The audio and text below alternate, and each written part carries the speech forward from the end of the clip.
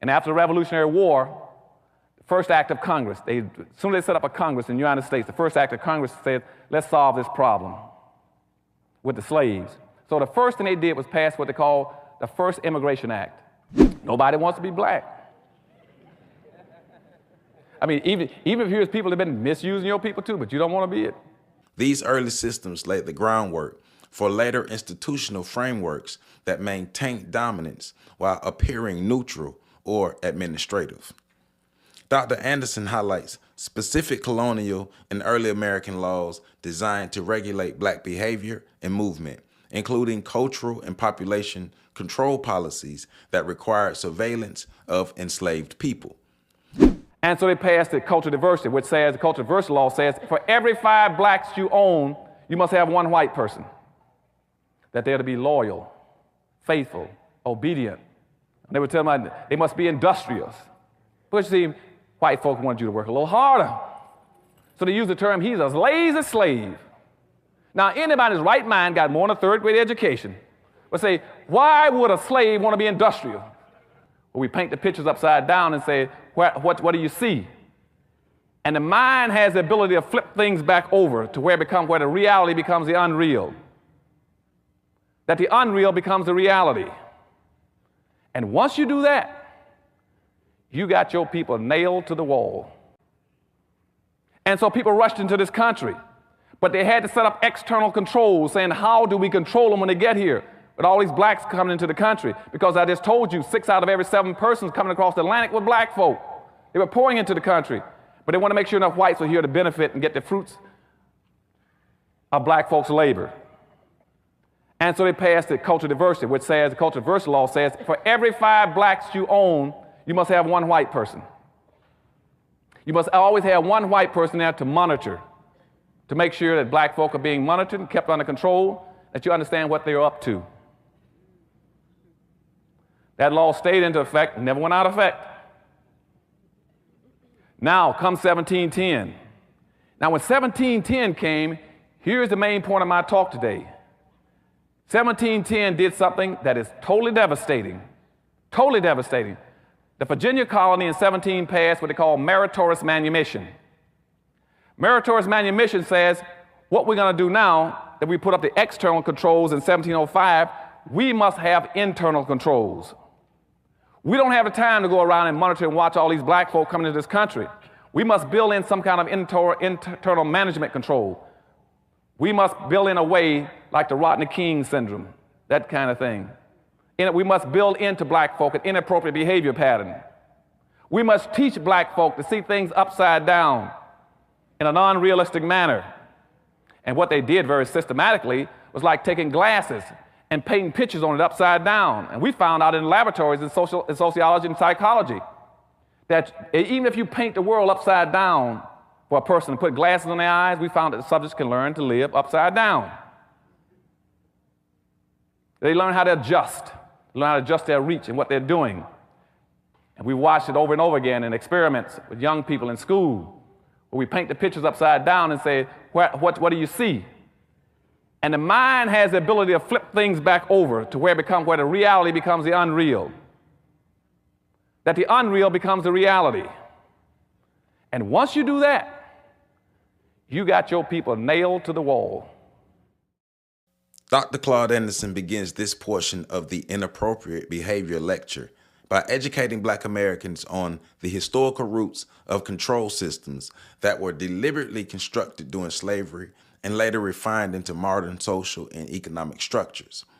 He explains what many people now recognize as franchising did not originate simply as a business model, but an early mechanism of population management and control.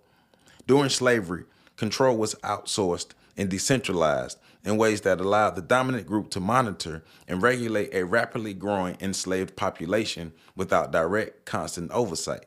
These early systems laid the groundwork for later institutional frameworks that maintained dominance while appearing neutral or administrative. One such policy mandated that for every 5 black people, at least 1 white person had to be responsible for monitoring them.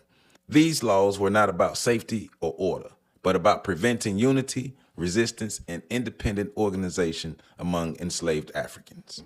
By embedding oversight into daily life, white supremacists ensured that control was continuous and normalized, reducing the need for covert force while reinforcing submission. Meritorious manumission came into effect in 1710 and says, we will pay, we will reward, we will recognize, we will set free any black person who does one of four things. One, if you in fact will save a white person's life.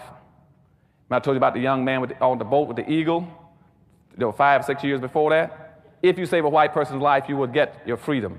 2, if you protect the white person's property. 3, if you invent something that a white person can make wealth and power off of, some kind of an invention.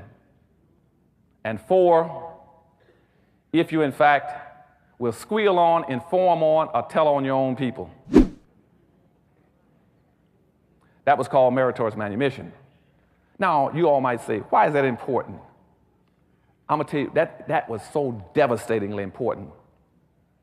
And the reason it was so important is because that created a magnificent control system that has never been duplicated. Never been duplicated. As a matter of fact, it has only been replicated one time that I know of, and I'm usually pretty current on most issues in this country, psychological, sociological, and educational in this country. Only one time it's been duplicated. It was duplicated in the 1950s. The communists duplicated it in Korea. They call it brainwashing. Now, you might ask, what is brainwashing? Now, typically, people in the 1950s, when it happened in the Korean War, we talked about brainwashing. See, now I was a safety and survival engineer for my squadron. I was in a Marine attack squadron. My primary responsibility was to teach my people how to survive.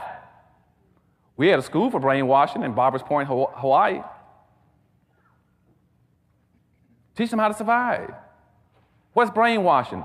Well, most people, at least the guys in the Marine Corps, they thought that brainwashing would be some kind of a inhumane way of treating people. That it would be no less than pulling out fingernails, driving bamboo splinters between the joints, hanging people up in the cold and castrating them, what we call the Chinese water torture. But brainwashing was none of those things. It was none of those things. Brainwashing was simply a very sophisticated form of re-education. And see, for you all in the auditorium this morning, brainwashing, so that you'll always remember it, is nothing but group therapy run in reverse. We always remember that. Now, the whole point of group therapy is to bring people together. Brainwashing is to turn it backwards and scatter people apart.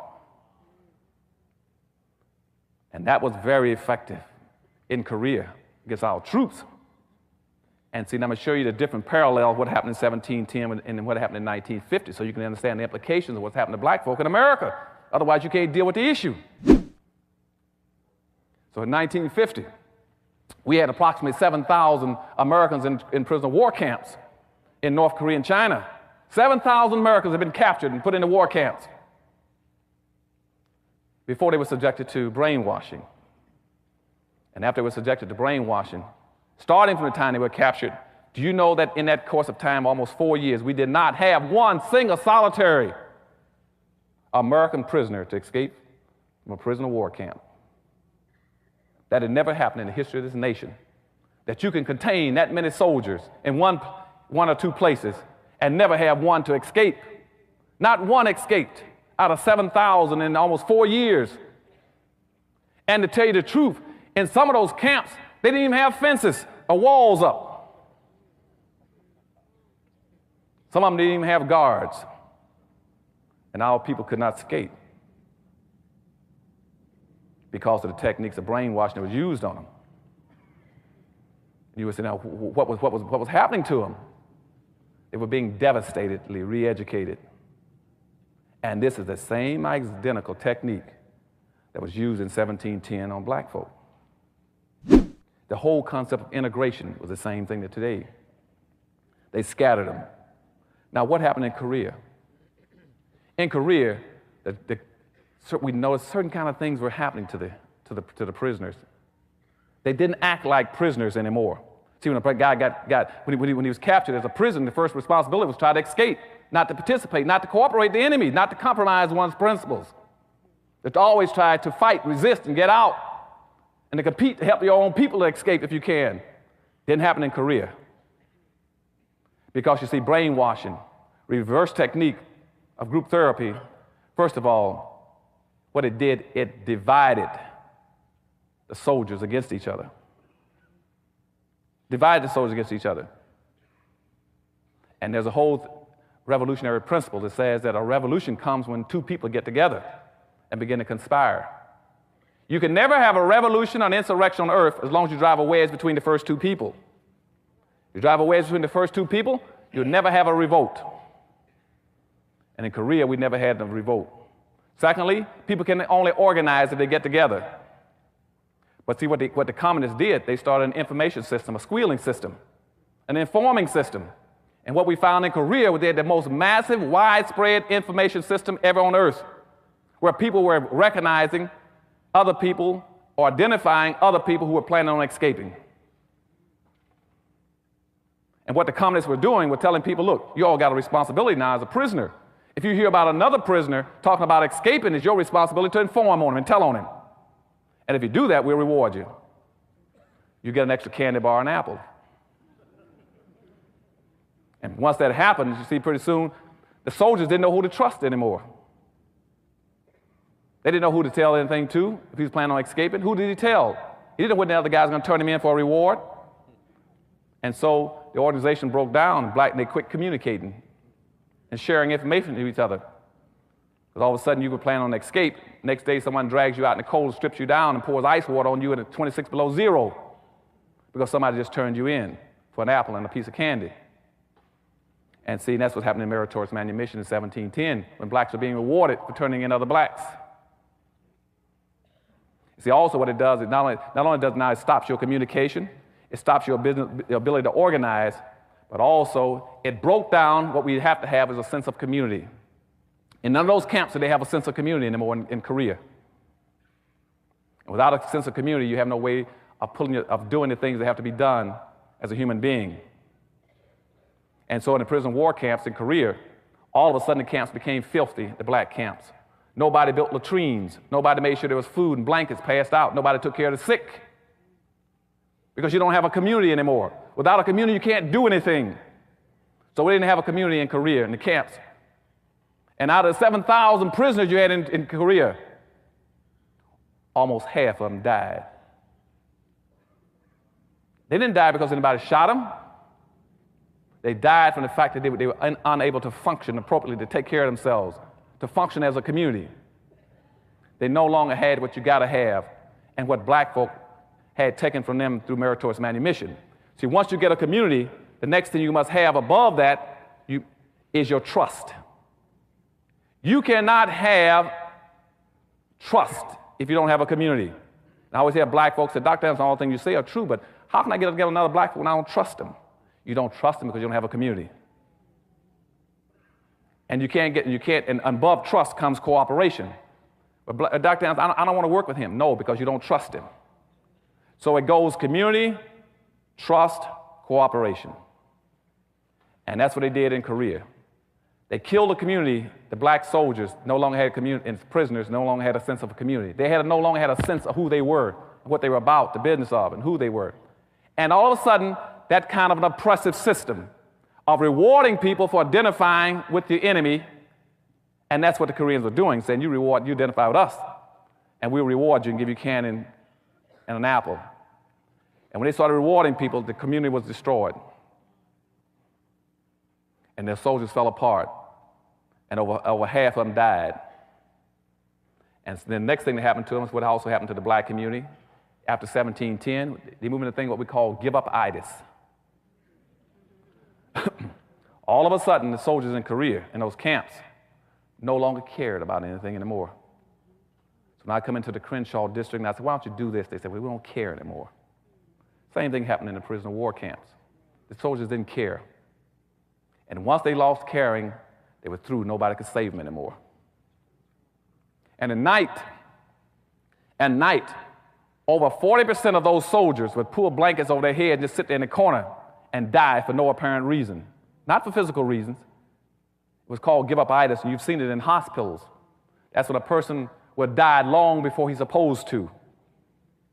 And you ask why. When a husband passed and the wife would die 6 months later, 3 months later. Not for any medical reason, because they no longer have a will to live. And that's what happened in those camps. We lost over half our soldiers because they lost their will to live. And see, after meritorious manumission was put on black folk in 1710, black folk, a lot of them began to lose their will to live and to care and be responsible. So jumping back to 1710, so you understand what brainwashing is and the effect on black folk, I want you all to understand that was a re-educational system. So when that happened in 1710, the word spread. And down in Jamaica, there was a fellow named Willie Lynch that heard about it. And he was already running a seasoning school for slaves in the South, in Jamaica. So then he caught a boat and headed for America, headed for Virginia, where the meritorious manumission had been initially enacted. He got there in 1712. And just like the communists did in Korea, he came up with the same expression: gentlemen, I'm here to take care of your needs. I can show you how to do what you want to have done. I can show you how to divide these slaves so they'll never recover, or at least it'll take 300 years before they can do it. So some of you might wonder why I picked in my book the year 2013. This coming year in 2013 would be almost exactly 300 years since Willie Lynch put his methods on black folk. He said it would take 300 years. He said, what I'll do is to show you how you divide blacks. You divide blacks along the lines of skin color. You rig it so every black will look at another black skin color first and say, is he a yellow black or black black? And that way you've already divided them. You divide them along the lines of sex, so that all of a sudden you have black women joining the feminist movement against their own black men. They're trying to beat them out of jobs and opportunity and visibility to take care of their families. So you divide them along the lines of sex. Then you divide them along the lines of age, where the old turn against the young turn against the old and say, you're ancient, you're old, I don't want to listen to you anymore. And it worked very effectively. And Willie Lynch put that on them. It's called divide and conquer. Divide and conquer was the same in 1710 as it was in 1950 in Korea. And black folk became invited. And so from 1750 up to about from 1710 up to 1750, the system started going into effect. The social conditioning, the brainwashing of black folk took off full steam then. Because see, now they were very concerned about all these black slaves. We had to control them.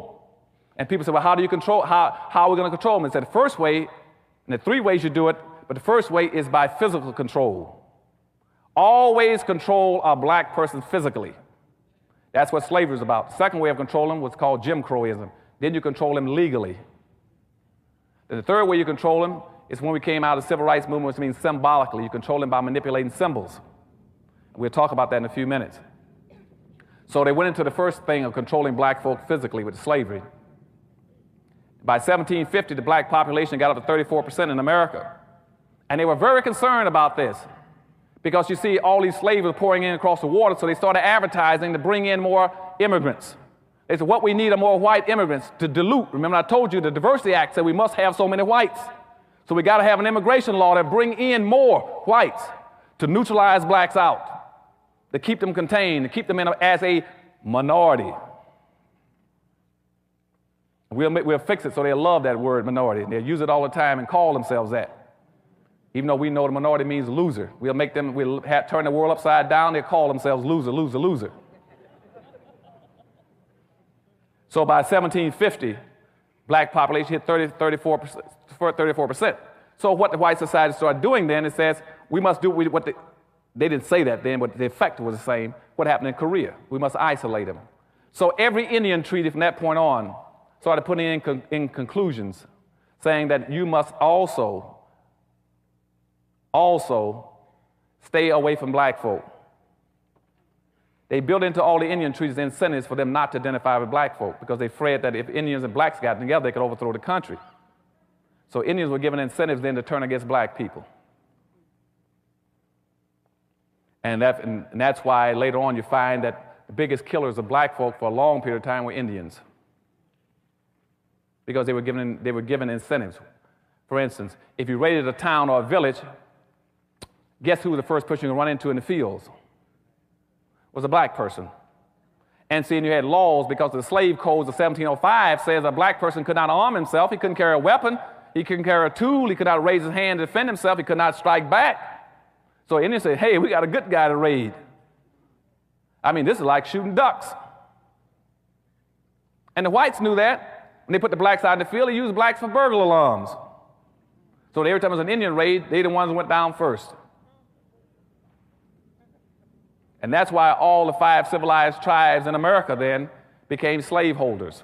All the 5 civilized Indian tribes were slaveholders. Not only were they slaveholders, they were slave traders. And more important than that, in all the treaties, typically in a treaty, they paid the Indians $20 for every runaway slave they chased down and brought him back. And that's why also when the Civil War came, all the 5 civilized tribes in America fought with the side of the South to prefer slavery because they didn't want to lose their money and wealth either. And I still have blacks running around saying, well, I'm half Indian.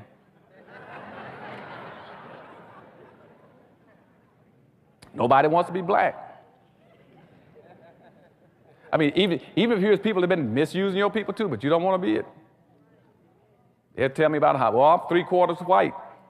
I can't stand black folk. I'm 3/4 white. I said, well, why would you want to be white rather than blacks? I said, blacks didn't enslave you. Blacks didn't Jim Crow you. Blacks didn't castrate and lynch you and exploit you. And see, that's that upside down, we make black folks see things upside down and wrong. It's inappropriate behavior.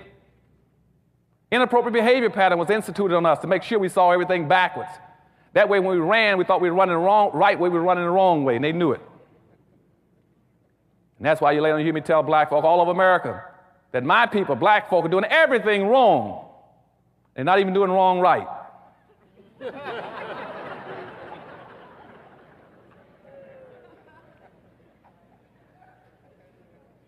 Because everything is pointed upside down for us, so they can't see which way to run. And so at that time, in 1750s, the colonies then tried to figure out how to contain the whole issue. So we got our controls in place, we got the social conditioning in place, and I think we got blacks pretty well where we need them. We got them nailed down. So then they then started telling England, don't send any more slaves over here to make sure it works. So Continental Congress sent all kinds of letters to England saying, don't send any more slaves, we'll make sure our system of control works. But England said, no, I'm going to keep sending them, we're getting rich off of it. England said, we're making a fabulous amount of money because we set up the Navigation Act in 1650, which says, I don't care what you all produce in America, it must come back to England first to be processed, and you all buy it back from us. And when you buy it back from us, we're going to charge you 3 or 4 times the price of it. And so when England decided to have a Revolutionary War to break away from England, they didn't put that in the history book, what the real reason they want to break away from England was for. 1, because they were scared to death of black folk getting free over here and tying in with the Indians. 2, they wanted to reverse that whole shipping process, saying that if we made all the products in America, we raised the cotton, the corn, the beans, the rice, and everything, why are we sending it to you and buying it back from you? So that's what the Revolutionary War was over. And plus, England was also getting rich off the slaves because, England was only paying $25 to $35 a piece for every slave they were buying on the west coast of Africa. $25 to $35 a piece. But they created a system called capitalism, which says that I also want a 1,500% return on my money, my investment, which means if I pay $25 for a black slave in West Africa, I want to be able to sell them in America for $400 to $500 a piece. And so England was becoming a very rich and powerful nation. Like but that was not only England, but you had all the other slave countries became rich. That was Portugal, Spain, England, Germany, and the Arab nations. All of them were getting wealthy off of black folk, off a combination of 2 things, extracting the wealth out of Africa, the material wealth, and selling the human labor. And after the Revolutionary War, First act of Congress. As soon as they set up a Congress in the United States, the first act of Congress said, let's solve this problem with the slaves. So the first thing they did was pass what they call the First Immigration Act that says this is a white nation and the quota on blacks coming in here other than as a slave is 0. 0, zip, none, nothing. And that stayed in effect until 1966 when it was raised to 1/2 of 1%. And I still see black folk displaying inappropriate behavior. They can't figure out why you cannot get Haitians into the country. I said, God knows, don't you know what your law is?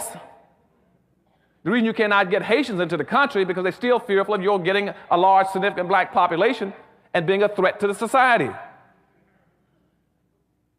I said, anytime you got boats floating around off the west coast of Africa for 3 months, you had over 3,000, 4,000 blacks on there who were sick, starving to death. Not one single country offered to bring them in, not this country. At the same time, this country has had refugee programs for every racial and ethnic extraction on earth but black folk.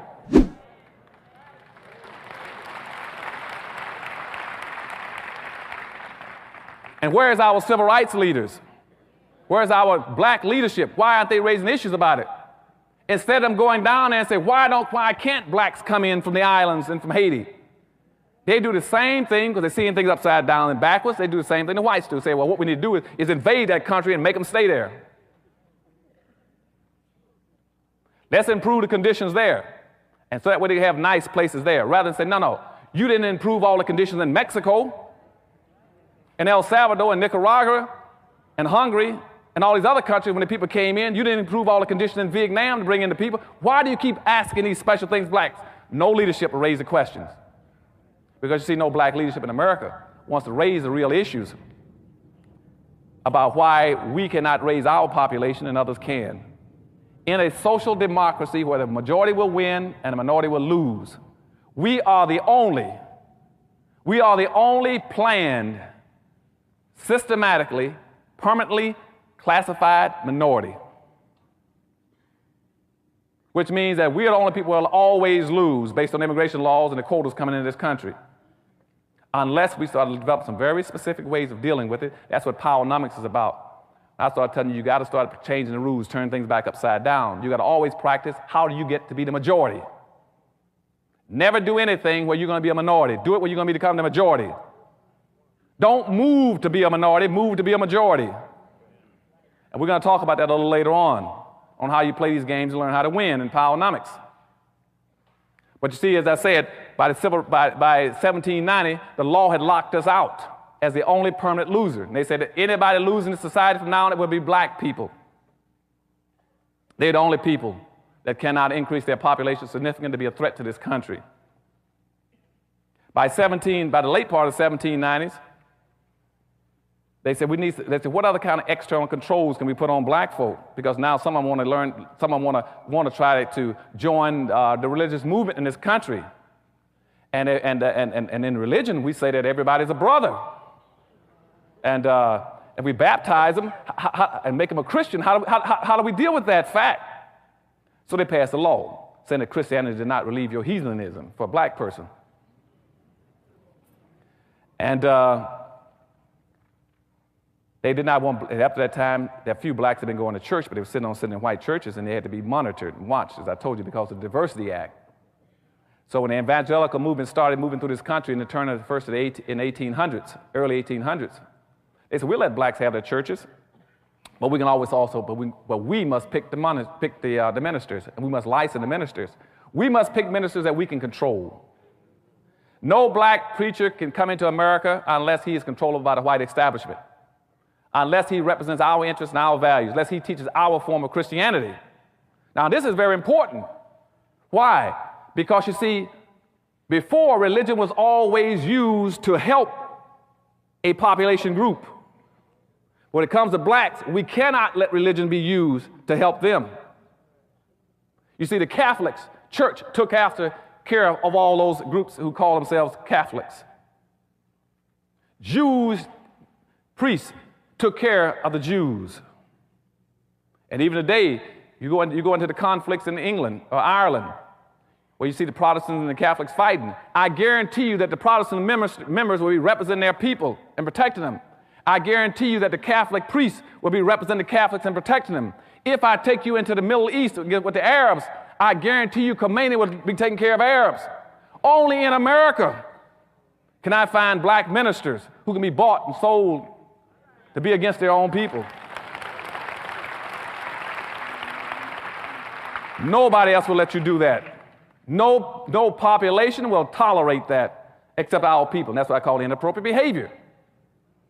Inappropriate behavior pattern when you let your own ministers sell you out. It's not in your best interest. What I mean by sell you out is because by the early 1800s, the whites said, well, we're going to have black ministers. We're going to have to Christian them to make sure they do what we want to have done. They must teach Christianity the way we want it taught, to where it is an external control device on black folk. They said, what are the rules? One, that every minister we license must teach black folk. That when you talk about the slave and the master in the Bible, that you're talking about the white man and the black man on earth. Two, the minister must teach black folk that they're to be loyal, faithful, obedient, respectful, and all those other good things, and honest, so that white people don't have to worry about them stealing as a slave. Because you know, black slaves had a nasty habit of going around stealing scraps of food because they were starving to death. And they would tell them they must be industrious. Because you see, white folks wanted you to work a little harder. So they used the term, he's a lazy slave. Now, anybody in his right mind got more than a third grade education would say, why would a slave want to be industrial? Why would you want to work hard as a slave? What's in it for you? Are you going to get released early? You can get a pension? Social Security or retirement? But they always got this thing about, why, he's a lazy slave. I even got a black writer writes about that day. Part of the problem is the blacks were lazy slaves. He should have been lazy.